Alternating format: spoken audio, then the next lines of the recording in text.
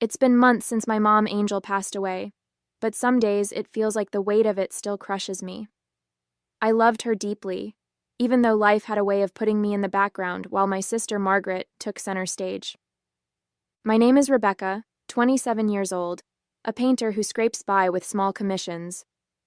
I'm not the kind of person who craves attention, but sometimes I wonder if that's why Mom always seemed to gravitate toward Margaret instead of me.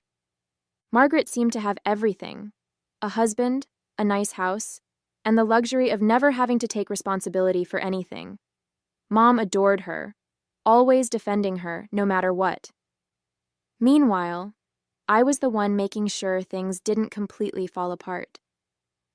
"Why are you always so dramatic, Rebecca?" Margaret scoffed one day as I helped Mom pack her things to move into the small house on Margaret's property. She was feeling sick lately, and we thought it would be better if she lived closer to one of us. "It's not like I'm doing nothing. I'm giving her a roof over her head, aren't I?" I clenched my jaw, trying to stay calm. "She's not some stranger, Margaret. She's our mom, and that roof is a guest house you haven't used in years. Also, she's paying rent. You're not giving her anything." She rolled her eyes and crossed her arms, leaning against the doorway. "Do you know how many people would kill for a setup like this? She's lucky to have me." "Lucky?" The word came out like a laugh, bitter and sharp. "You mean lucky that I'm here handling everything while you take the credit?" Margaret just shrugged and walked off toward her house, leaving me standing there with a mix of anger and disbelief. It was always like this, her doing the bare minimum and acting like she was a saint for it. Later that evening, we got the results. I called Margaret to fill her in. "Margaret, it's bad," I said, my voice trembling. "It's lymphoma. The doctor said 6 months to a year." There was a pause on the other end before she finally responded, her tone annoyingly flat. "Well, that sucks, but at least she has her little house here. That's something, right?" I blinked, gripping the phone tighter. "That's all you have to say? That sucks?" "She's dying, Margaret. Dying." "What do you want me to do, Rebecca?" she snapped. "Drop everything and become her private nurse? I have a life too, you know." "You could start by showing some basic compassion," I shot back. "Maybe take her to a doctor's appointment once in a while or spend some actual time with her." She sighed loudly. "Look, I'm doing what I can. Let's not make this about you, okay?" I hung up after that. There was no point in arguing. Margaret would always find a way to turn things around and make herself the victim. After Mom got sick and started treatment, she became too weak and tired to manage her personal finances. Since I was the one taking care of her day-to-day needs, Margaret had taken over handling her bank account and bills. I didn't love the idea, but Mom trusted Margaret, so I let it go. I thought, maybe for once, Margaret would step up and actually do the right thing. One day, Mom asked me to check her bank account balance for her. She'd been worried about some upcoming expenses and wanted to be sure she had enough. "Rebecca, could you stop by the bank for me?" she asked, her voice frail but warm. "I just want to make sure everything's in order." "Of course, Mom," I said, brushing a strand of hair out of her face. "I'll handle it." I went to the bank that afternoon, still thinking everything would be fine. But when the teller handed me the account summary, my heart dropped. Her account was almost empty. The savings she had worked so hard to build after selling her car, gone. And then I saw it, one massive withdrawal made a few weeks earlier. The name on the transaction hit me like a punch to the gut: Margaret Bennett. I stared at the slip of paper, my hands trembling. There had to be some mistake. Margaret wouldn't. No, she couldn't. But the evidence was right in front of me. I stepped outside the bank, the cold air hitting my face like a slap, and I called Margaret immediately. "What's up?" she answered casually, as if we hadn't been through months of hell. "Are you serious?" I said, my voice shaking. "Margaret, why the hell did you withdraw all of Mom's money?" There was a pause before she answered, her tone defensive. "Rebecca, calm down. It's not what you think." "Not what I think?" I snapped. "Her account is empty, Margaret. Empty. And there's a transaction for the full amount, with your name on it." She sighed, like I was the one making a big deal out of nothing. It's a loan, okay? I needed the money for some unexpected repairs. I was going to put it back in a few months. Mom doesn't even know. It's not like she needs it right now. A loan? I almost laughed, the bitterness choking in my throat. You think you can just borrow every last penny she has without asking her? Without telling anyone? She's sick, Margaret. That money wasn't yours to take. Don't be so dramatic, Rebecca, she said, her voice sharp now. I'll pay it back. I always planned to. You're blowing this way out of proportion. You've got to be kidding me, I said, my voice low and shaking. Mom is dying, and you think this is about me being dramatic? You're disgusting, Margaret. I could feel my hands shaking as I gripped the phone tighter, trying to steady my voice. You have no idea what this has done, do you? Mom asked me to check because she was worried about paying for her groceries, Margaret. Groceries. Do you understand how humiliating it's going to be for her if she finds out? She won't find out, Margaret snapped, because you're not going to tell her. My stomach twisted at the sheer audacity of her tone. Why the hell wouldn't I? She deserves to know what you've done. Because it'll only stress her out. Margaret cut me off, her voice sharp and condescending. Do you really think she needs that right now? She's already dealing with enough. Besides, I'll put the money back before she even notices. You're always acting like I'm the bad guy here, Rebecca. But I'm trying to handle everything the best I can. Handle everything? I practically shouted, the anger boiling over. You mean dumping all the hard parts on me while you play the perfect daughter? Don't you dare act like you're the one making sacrifices. Rebecca, she hissed, her voice dropping. If you care about Mom, you'll let this go.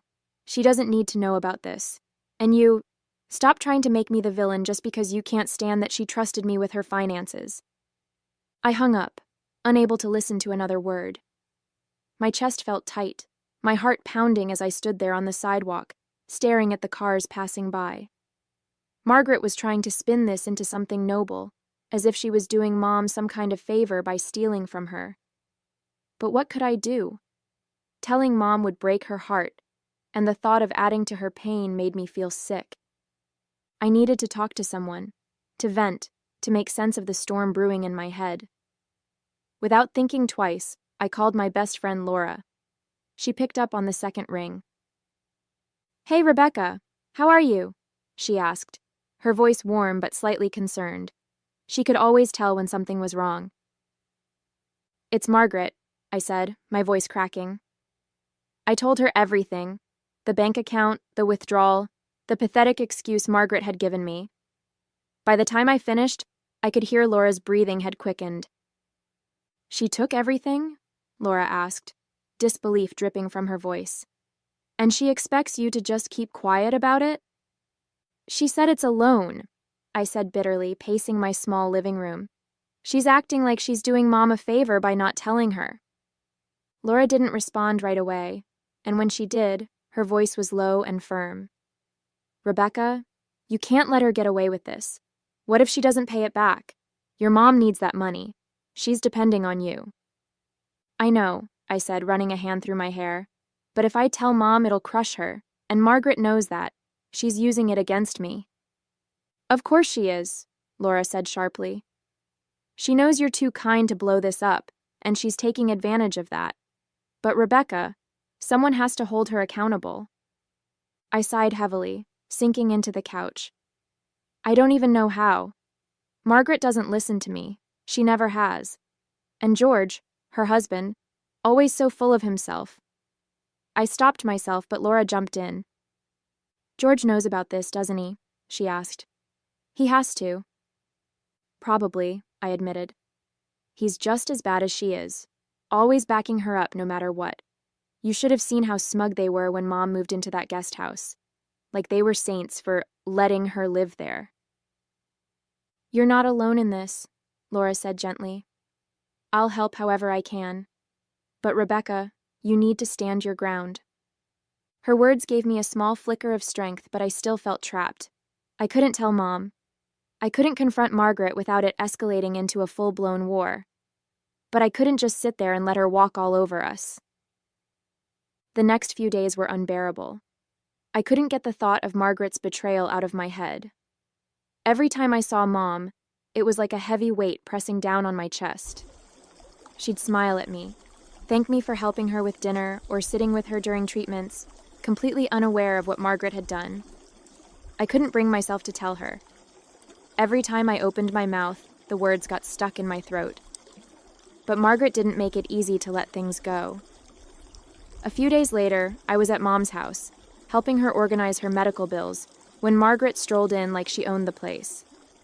George was with her, carrying a few grocery bags that he plopped on the counter without so much as a word to either of us. "Look at this," Margaret said, holding up a small bouquet of flowers she'd clearly just picked up from the store. "I thought these might brighten up the place. Don't you think, Mom?" "Oh, Margaret, that's so thoughtful," Mom said, her face lighting up. I bit my tongue so hard I thought I might draw blood. "Thoughtful?"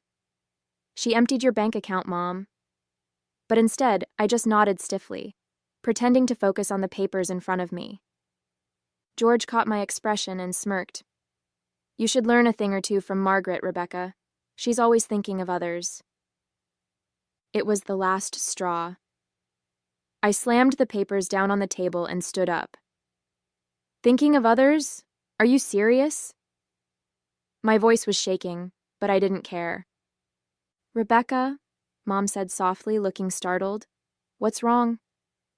"Nothing," I muttered, forcing myself to calm down. "I just remembered something I need to take care of." I grabbed my coat and headed for the door, unable to stay in the same room as Margaret and George for another second. As I walked out, I heard Margaret's voice behind me, low and mocking. She's always so dramatic. The next day, I needed to clear my head, so I decided to run a few errands in town. I was walking down Main Street, juggling a grocery list in my head, when I saw her.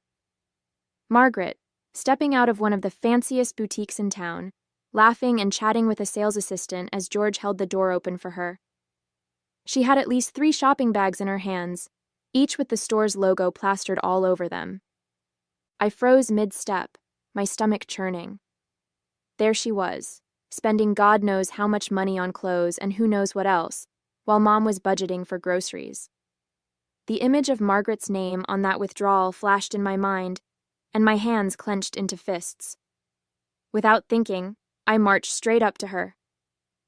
"Margaret," I called, my voice sharp and loud enough to make her flinch. She turned, her smile fading as she saw me. "Oh, Rebecca," she said, her tone saccharine and fake. "What a surprise! Out shopping too." "Shopping?" I hissed, glaring at the bags in her hands. "What are you even doing here? Spending more of Mom's money?" Her face tightened, but she quickly recovered, flashing a tight smile. "Don't be ridiculous. This is my money. George and I work hard, Rebecca. Not that you'd understand." George snorted beside her, clearly amused by her jab. "Careful, Rebecca," he said smugly. "Jealousy doesn't suit you." "Jealous?" I laughed bitterly. "No, Margaret, I'm not jealous. I'm disgusted. You drained Mom's account, and now you're out here buying designer clothes like nothing happened. How do you sleep at night?" Margaret's expression hardened. She stepped closer, her voice low and venomous. "I told you, it's a loan. And if you care about Mom, you'll drop it. Do you want her to know about this? To worry about something she doesn't need to?" I stared at her, my chest heaving with anger. "You're unbelievable. Mom deserves to know the truth. She deserves better than you." Margaret leaned in closer, her voice dripping with venom. "You tell her and you'll break her heart. She's already sick, Rebecca. Do you really want to be the reason she gets worse? Think about that before you open your mouth." As I stood there, fuming at Margaret's audacity, a wave of memories hit me. This wasn't the first time Margaret had pulled something like this, and deep down, I knew it wouldn't be the last. Mom, bless her sweet heart, had always been Margaret's biggest defender, no matter how awful her behavior was. When we were kids, Margaret had a knack for pushing every limit. She'd borrow money from Mom's purse for things she needed, like concert tickets or new shoes. Mom would find out eventually, of course, but she'd just shake her head and say, "Oh, Margaret, you should have just asked." And that was it. No punishment, no accountability, just forgiveness on a silver platter. Even as we got older, nothing changed. Margaret always had an excuse, always a sob story to back her actions. There was the time she borrowed Mom's car without permission and wrecked it. She cried and blamed a pothole, and somehow Mom ended up comforting her, saying, "Cars can be fixed, but you can't replace family." I remember sitting there, stunned, while Margaret smiled through her crocodile tears. Mom had a heart too big for her own good. She always believed the best in people, especially in Margaret. "She's your sister, Rebecca," Mom would say whenever I tried to bring up Margaret's behavior. "She's not perfect, but she means well." I hated that phrase. She means well. It was Mom's way of justifying everything Margaret did, from lying to taking advantage of her kindness. But this time was different. This wasn't a harmless mistake or a moment of bad judgment. This was calculated, cruel, and completely unforgivable. And yet, I couldn't shake the feeling that, if Mom knew, she'd find a way to forgive her anyway. That was who Mom was. A sweet, selfless person who couldn't see the bad in the people she loved. Margaret and George had always measured people by one thing: money. To them, a person's worth was directly tied to their bank account. If you weren't wealthy, you simply didn't matter. I'd seen them brush off neighbors, coworkers, even distant relatives who didn't fit their idea of successful. There was this one time when Mom invited Mrs. Hathaway, an elderly widow from down the street, over for tea. She'd been a kind woman, always bringing baked goods and little gifts for Mom. But when Margaret and George stopped by and saw her sitting there in her worn-out cardigan, Margaret barely acknowledged her presence. George didn't even bother hiding his disdain. Later, Margaret pulled me aside and said, "Why does Mom even talk to people like that? What can they possibly offer her?" It was sickening. And the irony of it all? Their own so-called success was as fragile as glass. Beneath the surface, George and Margaret were drowning in debt. They'd been borrowing money from the bank for years, refinancing their home, maxing out credit cards, whatever it took to keep up appearances. Margaret once let it slip to me after a few too many glasses of wine that they were stretched thin, but she quickly laughed it off, saying, "It's just temporary. George's investments will pay off soon." But they never did. That's the thing about people like Margaret and George. They live for the image, the illusion of wealth, even when it's built on lies. Their fancy cars, their designer clothes, their perfectly manicured lawn. It was all for show. And now, seeing Margaret use Mom's money to keep that illusion alive made me feel sick to my stomach. Mom, who had worked so hard to save every penny after selling her car, deserved so much better than to have her sacrifices thrown away on Margaret's shallow lifestyle. Mom's decline was slow at first. Small things like losing her appetite or needing more rest. But as the months went by, it became harder to ignore. Her energy faded, her voice grew weaker, and some days, it was like the vibrant woman I'd always known was slipping away right before my eyes. I tried to be strong for her, but the weight of everything, taking care of her, managing my own life, and the constant frustration with Margaret, was becoming unbearable. One day, after another tense encounter with Margaret, Laura suggested I try something to clear my head. "Rebecca, you're burning out," she said gently. "You're doing everything for everyone, and it's not sustainable. Take a couple of hours for yourself. Go to that yoga class you've been talking about." I hesitated, but finally agreed. Mom was having a quiet day, and Margaret was supposed to be around, so I thought, just this once I could step away. I left my phone on silent in my bag, telling myself it would only be for a little while. For the first time in months, I felt like I could breathe, even if it was just for an hour or two. When the class ended, I grabbed my phone and saw the missed calls, 6 from Margaret. My stomach dropped as I fumbled to unlock the screen. Her last voicemail made my blood run cold. "Rebecca, it's Mom," Margaret's voice said, trembling but sharp. "She's gone. I don't know where you were, but you should have been here." I don't even remember how I got home. My legs felt like lead as I stumbled into the house where Margaret was sitting on the couch, her face red and blotchy. "She just stopped breathing," she said, looking up at me. "I was here, but there was nothing I could do." I couldn't speak. My heart felt like it had been ripped out of my chest. I'd been gone for 2 hours, and I hadn't been there to say goodbye. Mom had died at home, in the little guest house she'd moved into with Margaret by her side. The guilt hit me like a freight train. "You should have been here," Margaret said, her voice cold now. "I don't know why you thought yoga was more important than Mom. She needed you, Rebecca." Her words sliced through me. I wanted to scream, to tell her that she had no right to judge me, not after everything she'd done. But I couldn't. All I could do was sit there, tears streaming down my face, as the weight of losing Mom settled in. The day of Mom's funeral was cold and gray, the kind of weather that seeped into your bones. Mom had been deeply religious, so it was only fitting that the service was held at her beloved church. The stained glass windows cast soft colors onto the pews as the organ played a somber melody. I sat near the front, clutching a tissue in one hand and a picture of Mom in the other.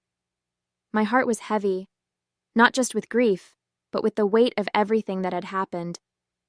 Margaret and George arrived late, of course, sweeping into the church as if it were a fashion show. Margaret was dressed in a sleek black dress that hugged her figure, her neck adorned with a pearl necklace that probably cost more than my monthly rent. George, in an expensive-looking suit, walked beside her, carrying an air of smug self-importance. The way they moved, it was like they thought the funeral was about them, not Mom. As they made their way to the front, I caught the whispers. People were glancing at me with judgment in their eyes, leaning toward each other to murmur behind their hands. My stomach twisted, and I tried to focus on the picture of Mom in my lap, but it was impossible not to hear. "Rebecca wasn't even there when Angel passed," one voice whispered. "Margaret said she was off doing yoga," another added, the disdain dripping from their words. I clenched my fists, my nails digging into my palms. Margaret had made sure to plant that seed in everyone's mind. She wanted them to see me as the selfish daughter, the one who abandoned Mom when she needed me most. And judging by the looks I was getting, it had worked. Margaret slid into the pew next to me, flashing me a tight smile that didn't reach her eyes. "You okay, Rebecca?" she whispered, her tone dripping with faux concern. "I know it must be hard, knowing you weren't there for her." I stared straight ahead, refusing to give her the satisfaction of a response. The priest began to speak, his voice filling the church as he talked about Mom's kindness, her unwavering faith, and her love for her family. I felt tears sting my eyes as he mentioned how devoted she had been to her daughters. If only he knew the truth. As the priest continued his eulogy, his voice grew softer, more intimate, as if he were speaking directly to each of us. "Angel was a remarkable woman," he said, glancing at the congregation. "She loved deeply, forgave endlessly, and carried a quiet strength that inspired those around her. In my final visit with her just days before her passing, she entrusted me with something very personal. A letter." A murmur rippled through the church.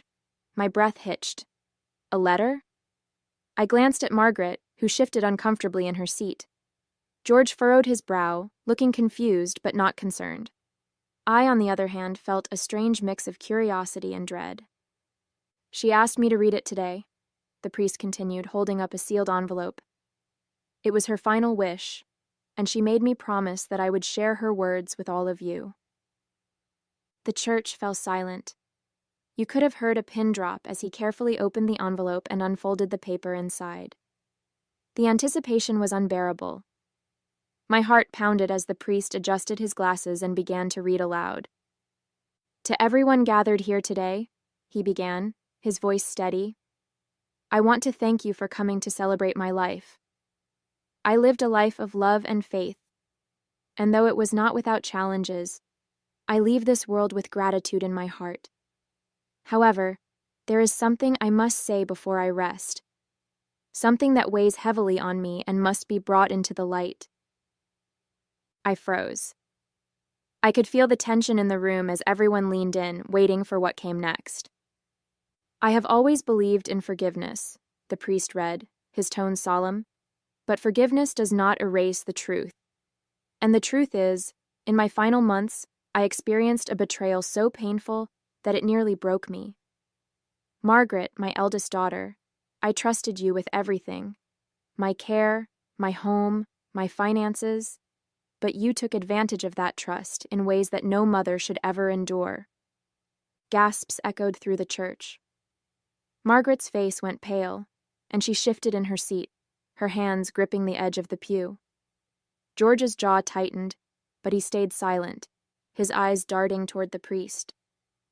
You took the money I had saved from selling my car, money I had set aside for my care, for emergencies. Rebecca, who gave so much of herself to ensure I was never alone, I know that you knew about this, but decided to protect me so that I wouldn't suffer in my final months. God bless you for being such a wonderful child, the priest continued.